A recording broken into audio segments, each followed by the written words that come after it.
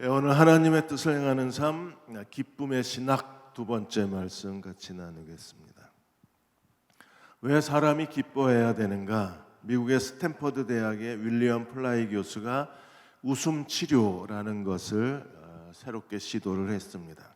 웃음은 사람을 여러 가지 질병에서 우리를 예방해주고 치료해주는 놀라운 효과가 있다고 그랬어요. 그래서 윌리엄 플라이 교수는 웃음 치료를 통해서 신장병 또 여러 가지 고질병에 대한 예방과 치유에 실제적으로 효과를 봤다고 보고하고 있습니다. 15초 동안 웃으면 100m를 전력 질주한 것 같은 칼로리가 소모가 된다고 했습니다. 미국의 잔스 호킨스 병원에서도 정신의학 소책자에 보고하기를 웃음에 대해서 내적 조깅, 매일 아침 조깅 달리기 하는 것처럼 웃는 것은 마음의 조깅, 영혼의 조깅이라고 그랬습니다. 그래서 웃으면 순환기가 청소가 되고 그리고 소화기가 자극이 되고 혈액순환 돕고 엔돌핀 분비가 늘어나서 스트레스 해소가 되고 만병통치약이 웃음이라 그랬습니다. 미국의 UCLA 대학에서도 웃음과 건강에 대한 연구 프로젝트가 진행이 됐었는데 놀만 카슨 교수가 말하기를 웃음을 통해서 자기 본인 자신이 강직성 척수염을 치료를 한 거예요. 본인 자신이 웃어가지고. 그래서 웃음에 대해서 질병의 해부학이라는 논문을 발표할 정도로 웃는 것이 인간에게 얼마나 소중한 것인가를 설명해 주었습니다. 잔 파이퍼는 지난주에 이어서 이번에도 하나님을 즐거워하라고 했어요. 사람이 하나님을 즐거워할 수 있다면 그것이 인간이 해야 할 하나님께 대한 우리의 진정한 예배가 되고 하나님을 즐거워하는 것이 우리의 구원의 목적이고 하나님을 즐거워하는 것이 하나님을 섬기는 삶이라 그랬어요. 조나단 에드워드는 말했습니다. 인간의 올바른 행복이 어디서 오는가? 하나님을 즐거워하는 데에서 인간의 행복이 있다고 했습니다. 근데 왜 사람이 하나님을 즐거워하지 못하는가? 반드시 거듭난 사람이어야만 하나님을 즐거워할 수 있다고 했어요. 아무리 학식이 많고 교양이 있고 인격이 갖추어져 있다고 할지라도 인간의 힘과 노력으로는 하나님을 절대로 즐거워할 수 없다고 했어요. 오직 구원받은 사람만이 하나님을 즐거워할 수 있습니다. 다 구원받으셨습니까? 구원받은 사람만이 할 수 있는 게 하나님을 즐거워하는 일이라 그랬어요. 왜 그럴까요? 인간에게는 두 개의 눈이 있어요. 하나는 육신의 눈이 있고 또 하나는 마음의 눈이 있어요. 성경은 사람에게 두 가지 눈이 있다고 우리에게 가르쳐주고 있습니다. 에베소 1장 18절 19절에 보시면 바울이 에베소 교회를 위해서 기도했습니다. 너희 마음의 눈을 밝히사 그의 부르심의 소망이 무엇이며 성도 안에서 그 기업의 영광의 풍성함이 무엇인가를 알기를 원하노라. 하나님이 우리를 부르신 부르심의 소망, 우리가 받을 미래에 받을 그리스도 안에서의 영적 기업의 풍성함, 누가 알 수 있나요? 마음의 눈이 밝아진 사람만 알 수 있다고 했어요. 오늘 신명기 29장 2절 4절에서도 이렇게 말합니다. 모세가 온 이스라엘을 소집하고 그들에게 이르되 여호와께서 애굽 땅에서 너희 목전에 바로와 그 모든 신하와 그의 온 땅에 행하신 모든 일을 너희가 보았나니. 출애굽 1세대의 이스라엘 백성들은 하나님이 바로와 애굽에게 행하신 모든 기적과 모든 능력과 모든 이적을 눈으로 다 보았습니다. 그래서 3절에 이렇게 말합니다. 곧 그 큰 시험과 이적과 큰 기사를 내 눈으로 보았느니라. 그들은 육신의 눈으로 보았습니다. 그러나 4절에 그들은요 마음의 눈은 없었어요. 그래서 그러나 깨닫는 마음과 보는 눈과 듣는 귀를 오늘 여호와께서 너희에게 주시지 아니하였느니라. 우리는 이스라엘 백성이 그 하나님의 애굽 땅에 쏟아 놓으신 놀라운 기적, 홍해를 마른 땅처럼 건너게 하신 하나님의 권능을 그들이 눈으로 보고도 여전히 40년 하나님 광야에서 하나님을 원망하고 하나님께 불평하고 모세에게 반역했던 사실에 대해서 우리는 궁금했습니다. 사람이 하나님의 그 영광스러운 기적을 보고 어떻게 하나님을 원망할 수 있는가? 이유가 어디 있어요? 하나님이 그들에게 깨닫는 마음, 보는 눈, 듣는 귀를 주지 않으셨다 그랬어요. 그러면 이스라엘이 반역한 것이 하나님 때문입니까? 하나님이 깨닫는 마음, 보는 눈, 듣는 귀를 주지 않으셨기 때문에 이스라엘이 40년 광야에서 하나님을 10번이나 시험하고 하나님을 원망하고 불평하고 악을 행하고 그래서 하나님의 저주를 받았나요? 그럼 하나님이 원인 제공자인가요? 아닙니다. 히브리어 원문에 보시면 그들이 스스로 깨닫기를 거부했다 이렇게 돼 있어요. 하나님께서 그들 눈앞에 이적과 기적과 능력을 보여주셨습니다. 그럼에도 그들은 깨닫기를 거부하고 하나님이 그 일을 통해서 하나님이 보여주신 하나님의 은혜를 받아들이기를 거부했다 그랬어요. 오늘 우리에게도 하나님께서 마음의 눈을 열어주시기를 주의 이름으로 축원합니다. 마음의 눈을 여는 게 왜 중요해요? 마음의 눈이 열리지 않은 사람은 우상숭배자예요. 우상숭배는 마음이 열리지 않는 것과 똑같아요. 마음의 눈이 열리지 않는 것과 똑같습니다. 그래서 마음의 눈이 띄어지지 않은 사람은 우상과 똑같은 거예요. 시편 기자가 우상이 보지 못하는 것처럼 하나님을 보는 마음의 눈이 없는 사람은 우상 또는 우상숭배자라고 말했습니다. 시편 135편 15절에 18절까지 이렇게 말씀하셨습니다. 열국의 우상은 은금이요 사람이 손으로 만든 것이라 입이 있어도 말하지 못하며 눈이 있어도 보지 못하며 귀가 있어도 듣지 못하며 그들의 입에는 아무 호흡이 없어요. 우상은 어떤 존재인가요? 우상은 눈이 있어도 보지 못합니다. 입이 있어도 말하지 못합니다. 귀가 있어도 듣지 못합니다. 그들의 입에는 코에는 호흡이 없어요. 그게 우상입니다. 그래서 18절에 그것을 만든 자와 그것을 의지하는 자가 다 그것과 같으리로다. 만일에 우리의 마음의 눈이 열려져서 하나님을 보지 못하면 눈이 있어도 보지 못하는 우상과 똑같다는 거예요. 그것과 같으니라 그래요. 우상을 만든 자나 그것을 숭배하는 자가 다 우상과 똑같은 존재가 되는 거예요. 귀가 있어도 듣지 못하고 눈이 있어도 보지 못하고 입이 있어도 말하지 못하는 거예요.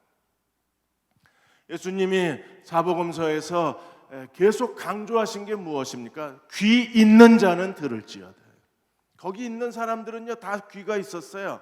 다 들었습니다. 그럼에도 불구하고 예수님은 귀 있는 자는 들을지어다 깨달을진저 비유로 말씀하신 이유가 어디 있습니까? 눈이 있어도 보지 못하고 귀가 있어도 듣지 못하고 입이 있어도 말하지 못하는 자들을 하나님이 심판하시기 위해서 예수께서 하나님 말씀을 비유로 말씀하신다고 강조하셨던 거예요. 그러므로 오늘 우리는 하나님 앞에 기도해야 합니다. 우리가 만일에 마음의 눈이 열려지지 않아서 하나님을 볼 수 없다면 그 자체가 우상숭배가 되는 거예요. 오늘 하나님을 알지 못하는 사람들은 현대의 우상숭배에 빠져 있어요. 많은 사람들이 하나님 아닌 것에 매달려서 살고 있습니다. 그들은 세상의 출세를 위해서, 성공을 위해서, 그리고 게임 중독에 빠지거나 아니면 여러 가지 자동차에 빠지거나 오락매체에 빠지거나 돈과 섹스, 쾌락주의에 빠집니다. 그리고 이 세상에 거짓된 이데올로기에 빠져 있는 거예요. 마음의 눈과 귀가 열리지 않는 사람들이 다 이와 같이 현대인들이 만들어 놓은 사람이 만든 우상에 빠져 있어요. 마음의 눈이 열려져서 하나님을 본 사람들만이 이 시대에서 하나님과 겸손히 동행할 수 있어요. 그러므로 요한계시록에서 라오디아 교회에 대해서 주님이 책망하시기를 뭐라고 책망하셨습니까? 계시록 3장 17절 18절에 내가 말하기를 나는 부자라 부요하여 부족함이 없다 하나 내 곤고한 것, 가련한 것, 가난한 것, 눈먼 것, 벌거벗은 것을 알지 못하는도다. 라오디게아 교회는 나는 부자라 그랬습니다. 그러나 하나님 말씀하시기를 너는 공고하고 가련하고 가난하고 눈멀고 벌거벗은 존재라고 말씀하시고 18절에 내가 너를 권하노니 내게서 불로 연단한 금을 사서 부요하게 하고 믿음으로 부요하게 하고 그리고 흰 옷을 사서 입어 벌거벗은 수치를 보이지 않게 하고 안약을 사서 눈에 발라 보게 하라 그랬습니다. 실제로 라오디게아 지역은 금융산업이 발달한 지역이어서 소아시아 지역에서 가장 부유한 도시가 라오디게아 도시입니다. 그리고 라오디게아 지역에는 그 눈 치료하는 약품이 굉장히 발달한 지역이고 안과 의사를 배출하는 그 안과 의학 대학이 의과 학교가 있을 정도로 라오디게아 교회에서는 눈 치료하는 데 유명한 도시였었어요. 하나님이 라오디게아 교회에 주신 말씀이 뭐예요? 안약을 사서 눈에 바라라. 마음에 눈을 뜨게 하라는 거예요. 그들은 부자라고 생각했습니다. 그러나 주님께서는 불로 연단한 금을 사서 부요하게 하라. 영적으로 부요한 자가 되라. 세상적으로 부자가 아니라 영적으로 부요한 자가 되라. 육신의 눈이 좋은 사람이 아니라 안약을 사서 바름으로 마음에 눈을 뜨는 자가 되라고 주님께서 말씀을 하셨습니다.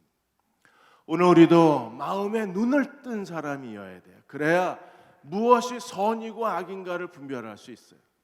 하나님을 예배하는 것과 우리가 우상 숭배하는 것과 무엇이 다른가를 알 수 있어요. 신앙의 거짓과 위선을 분별할 수 있어요. 어디까지가 하나님의 영광이고 어디서부터 사람의 영광인가 그 영적 기준점을 찾을 수 있는 사람들은 어떤 사람들입니까? 마음에 눈이 열린 사람들입니다. 이번에 더불어민주당 의원이었던 표창원 의원이 이번 인터뷰를 하셨는데 아주 솔직한 이야기를 하셨습니다. 국회의원으로서 이분이 2016년도에 민주당 외부 영입 1호 의원이었어요. 그래서 아주 화려하게 그 정치인으로 데뷔를 하셨습니다. 그런데 이분이 이번에 출마하지 않았어요. 이유에 대해서 질문을 했을 때 자기가 정치인으로 계속 가고 싶은 마음의 소원이 있었지만 그러나 그만두게 된 결정적인 계기가 조국 전 장관 사태였다고 했습니다. 조국 전 장관 사태에 대해서 거짓말하는 의혹이 커져 있는데 이게 거짓말한 게 분명한데 그럼에도 불구하고 말 잘하는 사람, 말빨 좋은 사람들을 통해서 그 조 전 장관을 지켜주는 역할을 하는 게 자기의 한계가 느껴졌다 그랬어요. 아주 솔직한 사람입니다. 이분이 박근혜 대통령 때의 아주 사소한 그 정부의 잘못에 대해서 굉장히 날카롭고 무겁게 질책했던 분이셨어요. 근데 조국 전 장관의 잘못이 분명한데도 불구하고 그 비리를 감추는 말을 해야 된다는 게 자기에겐 너무나 큰 부담이 되어서 그래서 할 수 없이 국회의원을 그만뒀다 그랬습니다. 그리고 이제는 뭐 작가의 길을 가겠다고 얘기를 하셨어요. 의혹을 받는 정부 인사를 말빨로 옹호하는 게 한계가 있다는 거였습니다. 그래도 진실성이 느끼지 않습니까? 그래도 마음에 눈이 열린 사람이 있구나 하는 생각이 들었어요. 우리 주변에 어디까지가 진실이고 어디가 거짓인지 잘 몰라요. 흙과 벽이 완전히 섞여버렸어요. 이런 시대 속에서 우리가 하나님 나라와 그 일을 구하는 사람이 되려면 우리는 어떻게 해야 합니까? 마음에 눈이 열려지고 귀가 열려서 들을 수 있는 사람이어야 돼요. 귀가 열리고 눈이 열리지 않으면 우리는 하나님 앞에 자신의 진실을 지킬 수가 없는 거예요. 두 번째로 우리가 마음의 눈이 열려져야 될 이유가 어디 있습니까? 마음의 눈이 열려져야 우리가 하나님의 기쁨을 구할 수 있어요. 하나님의 목적은 잔 파이퍼는 말했습니다. 하나님이 우리를 구원해 주신 목적, 창조하신 목적, 구원해 주신 목적이 어디 있는가? 하나님의 영광을 보고 즐거워하라고 우리를 구원하셨다고 했어요. 우리가 하나님의 영광을 보고 즐거워해야 그래야 하나님이 영광을 받으신다고 했습니다. 오늘 하루 하나님의 영광을 보고 즐거워하셨나요? 그냥 하루하루 일상생활에 아무것도 아닌 사소한 문제에 그거에 빠져서 이것저것 하다가 피곤하고 지치고 밥 먹고 설거지하고 뭐 이것저것 하다 보면 우리는 더 영광에 중한 것, 하나님의 영광을 보고 즐거워하는 일을 다 놓쳐버리고 살아요. 그러나 하나님은 우리가 하나님의 영광을 보고 즐거워할 때 하나님께서 영광을 받으신다고 말씀을 하셨어요. 왜 그렇습니까? 하나님의 영광을 찬송하라고 우리를 구원하셨습니다. 에베소 1장 6절에 보시면 이는 그의 사랑하시는 자 안에서 우리에게 거저 주시는 바 그의 은혜의 영광을 찬송하게 하려는 것이라. 율로게오 율로게토스. 하나님 우리를 구원해 주신 목적이 어디 있어요? 하나님의 영광을 찬송하게 하려는 것이라. 하나님의 영광의 찬송이 되게 하려는 것이라. 하나님의 영광을 찬송하는 자로 부르시기 위해서 하나님 우리를 구원해 주셨어요. 그러므로 우리는 매일 하나님의 영광을 보기 위해서 온 마음을 다 기울여야 합니다. 그렇지 않으면 일상생활의 사소한 일들 속에 우리의 시간이 다 허비해져 버리고 육신적인 인간적인 모든 일들의 일상적인 일들 때문에 우리의 마음과 육체가 피곤해지면 하나님의 영광을 볼 시간이 없는 거예요. 하나님께서 우리에게 영적 깨달음을 주셨어요. 우리의 매일의 삶 속에서 하나님의 영광을 보고자 하는 갈망을 주시기를 주의 이름으로 축원합니다. 그래서 세 가지 중요한 우리가 마음의 눈이 열려져서 봐야 할 세 가지, 보는 자의 축복 세 가지가 있어요. 첫째로 우리가 그리스도의 영광을 본 사람들이 그리스도께 자신을 헌신할 수 있습니다. 어떻게 그리스도를 위하여 저렇게 자기 목숨과 가진 모든 것을 다 희생하고 바치고 기꺼이 그리스도에게 자신을 산제물로 바칠 수 있는가? 어떻게 그런 삶을 살 수 있어요? 그리스도의 영광을 본 사람들은 그리스도께 자신을 바치는 것에 대해서 조금도 아까워하지 아니하고 그리스도께 자신의 전부를 바치는 것을 즐거워합니다.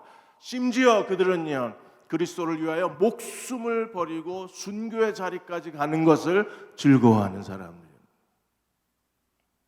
어떤 사람들은 그리스도에게 한 걸음만 더 가까이 가는 게 두려워서 그리스도를 멀찍이 따라가는데, 어떤 사람들은 그리스도를 위하여 자신의 재산, 목숨, 자기 가진 전부를 다 바칠 수 있는 이유는 어디에 있습니까?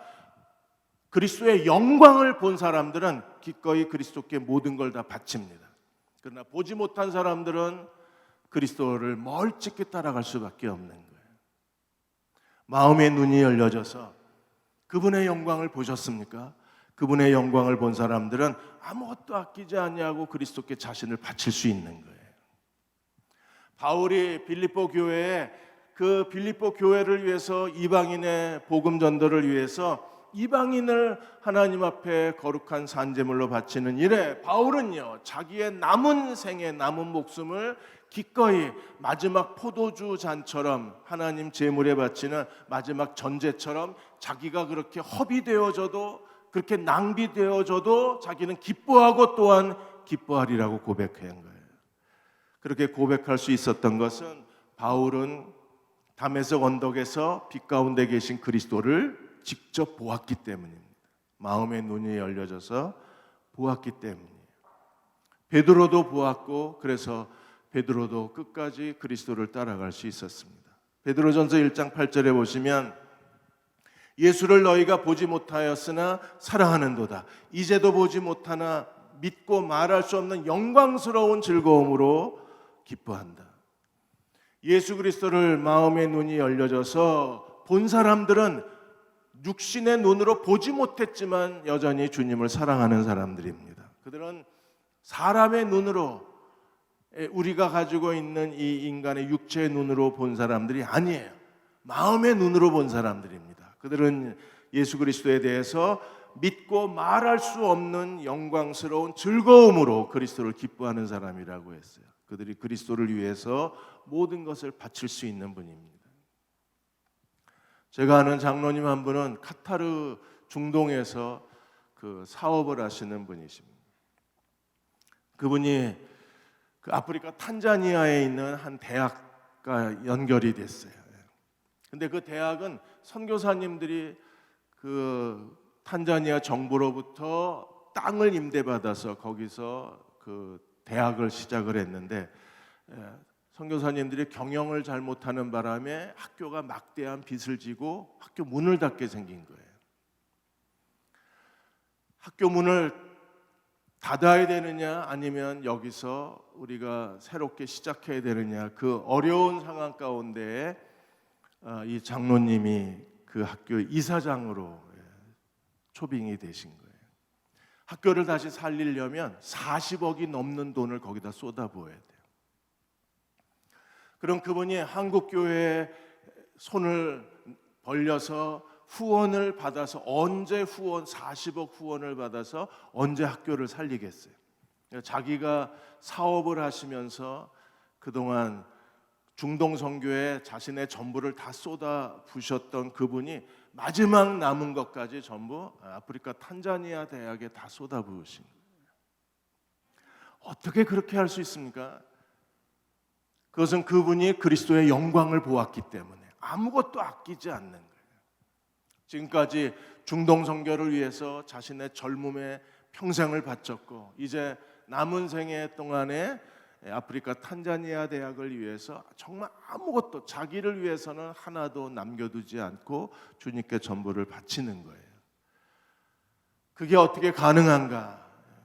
그분은 마음의 눈으로 그리스도를 보셨어요. 그래서 말할 수 없는 영광스러운 즐거움으로 기뻐하는 것, 주님께 드리는 그 자체를 기뻐하시는 거예요. 하나님, 오늘 밤 우리의 마음의 눈을 열어서 그리스도의 영광을 보게 해 주시기를 주의 이름으로 축원합니다. 그들이 이 땅에서 그리스도께 헌신할 수 있어요. 두 번째로, 고난을 통해서 하나님이 주시는 영광을 보는 사람이어야 합니다. 고난은 우리를 힘들게 합니다. 또 고난이야 어려워합니다. 그래서 그리스도인의 삶을 우리는 여러 가지 고난의 표현으로 그리스도의 삶이 얼마나 힘들고 어려운가에 대해서 이야기합니다. 그러나 마음의 눈이 열린 사람들은 고난이 왔을 때 그 고난 뒤에 있는 하나님의 영광을 보는 사람들입니다. 베드로전서 4장 13절에 베드로가 이렇게 말합니다. 오히려 너희가 그리스도의 고난에 참여하는 것으로 즐거워하라. 이는 그의 영광을 나타내실 때 너희로 즐거워하고 기뻐하게 하려 함이라. 고난이 오면 오히려 기뻐요. 왜요? 하나님이 그 고난 뒤에 보여주실, 우리에게 허락해 주실 하나님의 기회와 하나님의 영광을 보기 때문에 고난이 오고 어려운 일이 오면 기뻐하는 사람입니다. 이제 하나님이 일하시기 시작하셨다고 기뻐해요. 또 고난이야, 또 어려움이야, 또 시련이야, 이렇게 실망하고 낙심하고 풀이 죽어 있는 게 아니라, 그것 때문에 우리가 마음이 우울해지는 사람이 아니라 하나님이 우리의 길을 가로막으시고 가던 다리를 끊어버리시고 하나님의 길을 지워버리실 때 오히려 기뻐하는 사람들은 어떤 사람들입니까? 하나님의 영광을 보는 사람들입니다. 고난이 오면 이제 하나님이 일하시기 시작하신다는 거예요. 고난 뒤에 진행될 하나님의 일을, 하나님이 하시는 뜻을 눈으로, 믿음의 눈으로 지켜본 사람들은 모든 고난과 시련 속에서 우리는 즐거워하고 기뻐할 수 있는 사람이 될 수 있습니다. 오늘 밤도 하나님이 우리에게 주신 시련을 기뻐하고 즐거워하는 종들이 되시기를 축복합니다.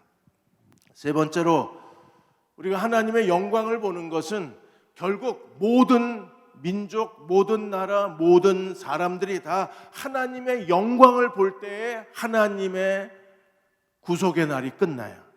하나님의 구원의 날이 완성이 되는 겁니다. 언제 그리스도가 다시 오시는가? 그리스도가 다시 오실 때 어떤 일이 일어나는가? 모든 나라, 열방과 민족이 예수 그리스도 앞에 무릎을 꿇고 하나님의 영광을 보는 그날이 하나님 나라가 완성되는 날이에요. 그래서 그들은요, 그 하나님의 종말의 날에 하나님의 영광이 실현된 것을 본 사람들은 이 땅에 사는 동안에 선교의 비전을 갖고 사는 사람들입니다.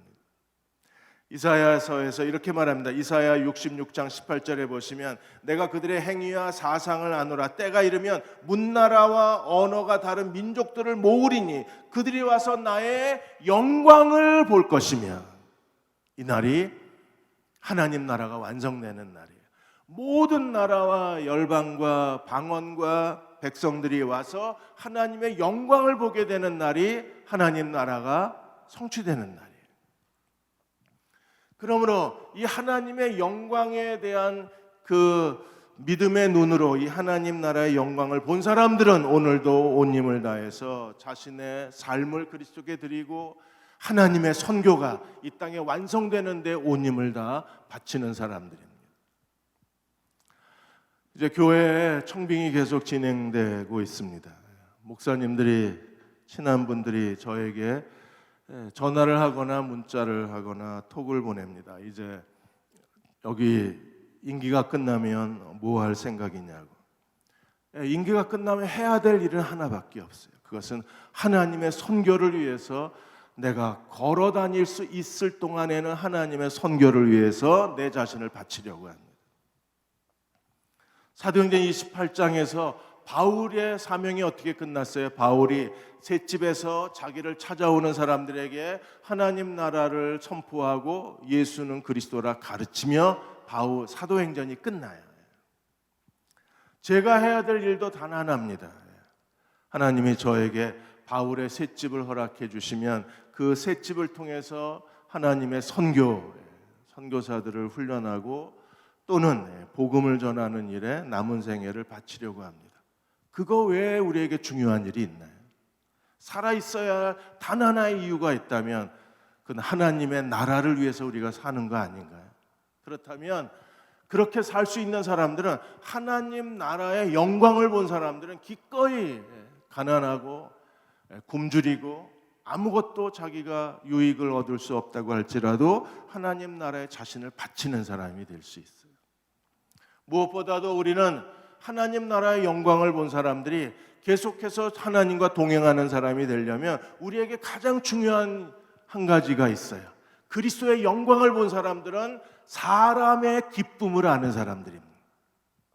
하나님 나라의 영광을 본 사람들은 하나님의 선교에 대해서 열정을 다해서 자기를 바치려고 하는 사람들에게 발견되는 한 가지 공통점이 있어요.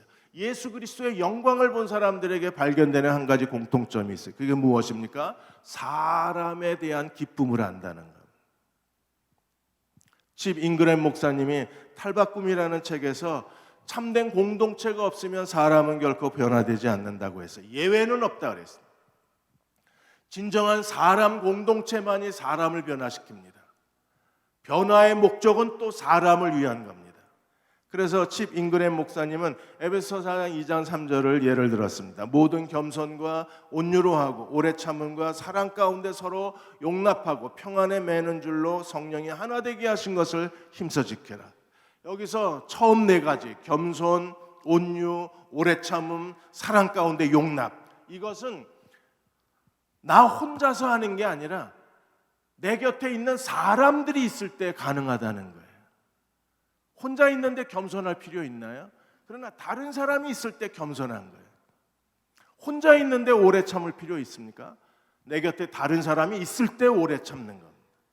나 혼자 있는데 우리가 온유할 필요가 있나요? 전혀 필요 없습니다. 다른 사람과 같이 있을 때 온유함이 필요한 거예요.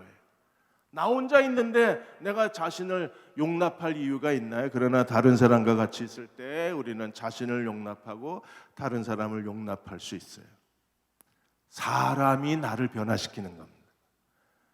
그리고 변화된 내가 사람을 사랑하는 겁니다. 그러므로 하나님 나라는 진정한 탈바꿈, 옛사람을 벗어버리고 새 사람을 입는 사람은 어떤 사람이에요? 사람을 기뻐하는 사람이에요. 사람과 같이 있으면 기쁜 거예요. 정말 사랑하는 사람, 같이 있어서 즐거운 사람과 같이 있을 때 거기에 성령의 기쁨을 느끼는 사람들이 어떤 사람들입니까? 그들이 그리스도의 영광을 본 사람들입니다. 하나님께서 지난 2달 넘는 시간 동안에, 3달 넘는 시간에 교회가 사람의 기쁨을 잃어버렸어요. 만나는 기쁨을 잃어버렸습니다. 그래서 교회가 이렇게 허약해지고 빈 껍데기만 남아있는 거예요. 우리가 예배를 다시 회복한다는 것은 무엇을 회복하는 겁니까? 그리스도의 영광을 다시 회복하는 거예요. 그리스도의 영광을 회복한다는 것은 사람의 기쁨을 회복하는 거예요. 우리가 다시 모여서 예배드릴 때 하나님이 우리에게 사람의 기쁨을 회복시켜 주시는 주님의 교회, 주님의 공동체가 되게 해주시기를 간절히 소망합니다. 이제 마지막으로 마음의 눈이 열려진 사람들이 하나님의 영광을 보기 위해서 온 힘을 다 기울여야 합니다. 우리가 하나님의 영광을 매일 봐야 할 이유가 여기 있어요. 하나님의 영광을 보도록 하나님이 우리를 창조하셨고, 하나님의 영광을 보며 살도록 하나님이 우리를 구원하셨기 때문입니다. 이사야 43장 7절에 내 이름으로 불려지는 모든 자 곧 내가 내 영광을 위하여 창조한 자를 오게 하라. 내가 그를 지었고 내가 그를 만들었느니라. 하나님이 창조하시고 하나님이 지으시고 만드신 사람은 어떤 사람이에요? 하나님의 영광을 위해서 창조했다고 했어요. 오늘 하나님이 우리를 창조하신 목적이 어디 있습니까? 하나님의 영광을 위해서 창조하셨어요. 그러면 우리는요, 하나님의 영광을 보는 일에 온 마음을 기울여야 합니다. 자칫 방심하고 우리 자신을 내버려 두면 하루 종일 하나님의 영광을 볼 수도 없어요. 보이지도 않아요. 하나님의 영광을 보려고 의도적으로 노력하지 않으면 하나님의 영광을 볼 수가 없는 거예요. 그래서 바울도 고린도전서 10장 31절에 이렇게 말했습니다. 그런즉 먹든지 마시든지 무엇을 하든지 다 하나님의 영광을 위해서요. 하나님의 영광을 위해서 창조된 사람이기 때문에 우리는 먹든지 마시든지 무슨 일을 하든지 어떤 일을 하든지 우리는 하나님의 영광을 구하며 사는 그리스도의 종들이 되어야 합니다.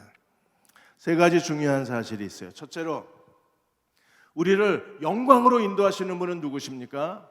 성령님이십니다. 그래서 성령님을 의지해야 돼요. 내 노력으로 되는 게 아니라 성령님이 우리를 하나님의 영광을 보여주셔야 돼요. 그래서 요한복음 16장 14절에 그가 내 영광을 나타내리니 내 것을 가지고 너희에게 알리겠습니다. 누가 우리에게 그리스도의 영광을 보여주십니까? 성령님이. 그러므로 우리는 말씀과 기도와 그 주님과의 개인적 교제에 온 힘을 다 기울여야 합니다. 그래야 성령이 우리에게 하나님의 그리스도의 영광을 보여주시게 되고, 우리가 주님의 영광을 볼 때에 우리는 먹든지 마시든지 무엇을 하든지 하나님의 영광을 위해서 사는 자가 될 수 있어요. 거기에 우리의 기쁨이 있습니다. 오늘 이 시간 왜 우리 마음이 시무룩합니까? 기쁨이 없는 이유가 어디 있어요? 왜 우리가 즐거움이 없습니까? 왜 이렇게 우울한가요? 왜 마음이 어두워요? 하나님의 영광을 보지 못하면 우리가 우울하게 돼 있어요. 근데 하나님의 영광을 보면 내 영혼이 즐거워지게 돼 있어요.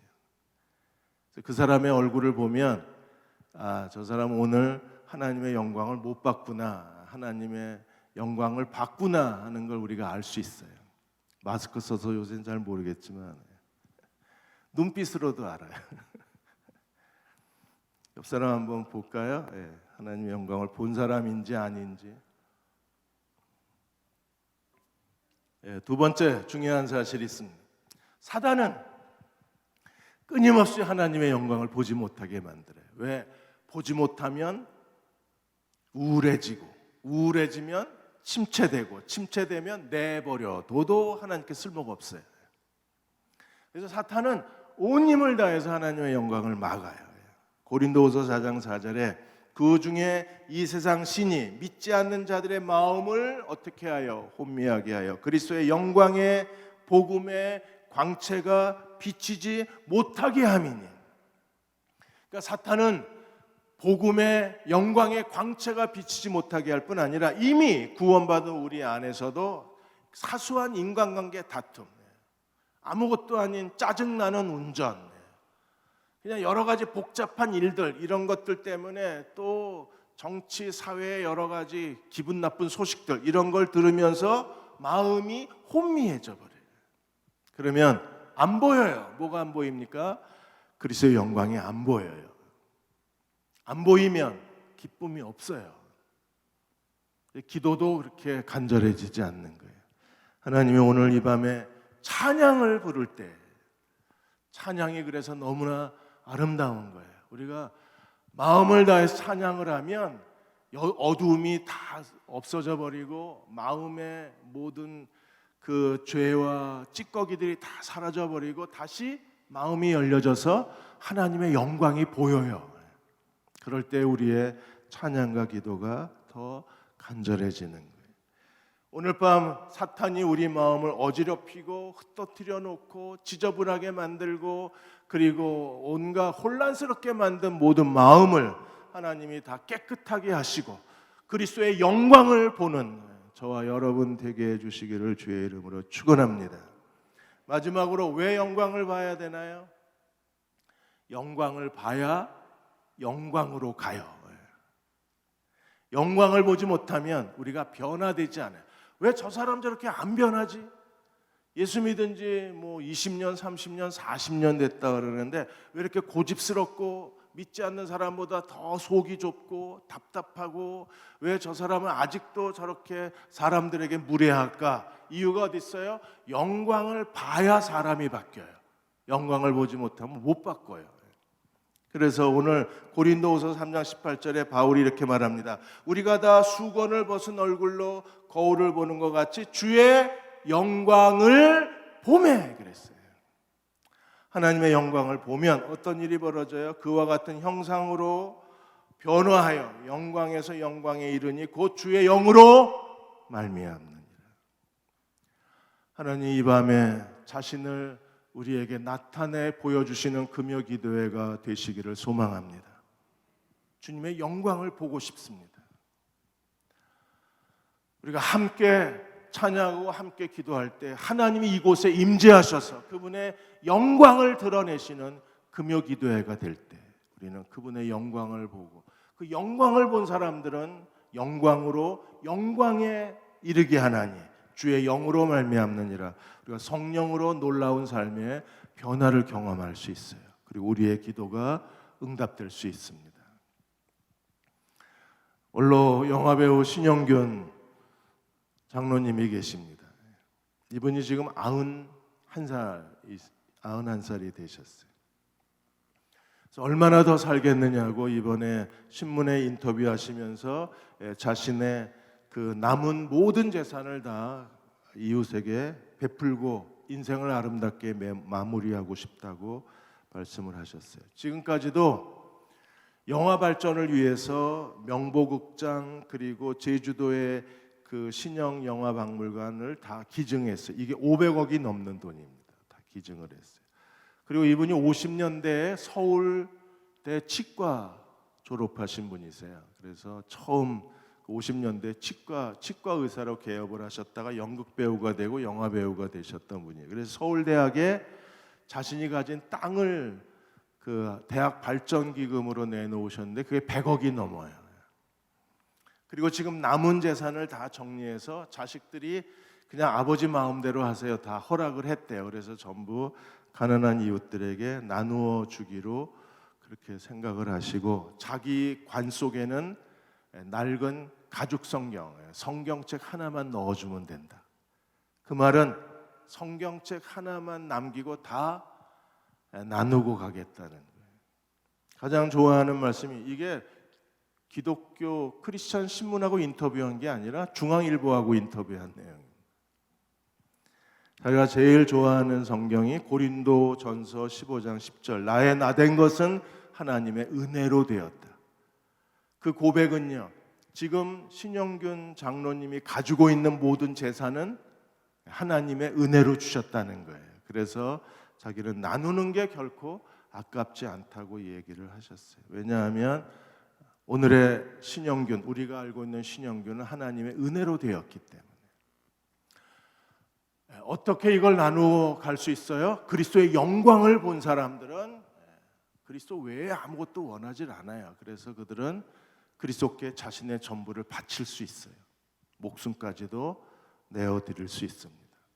오늘 밤 주님의 영광으로 가득 차서 우리 마음에 하나님이 주시는 기쁨이 넘치는 저와 여러분 되시기를 주의 이름으로 축원합니다.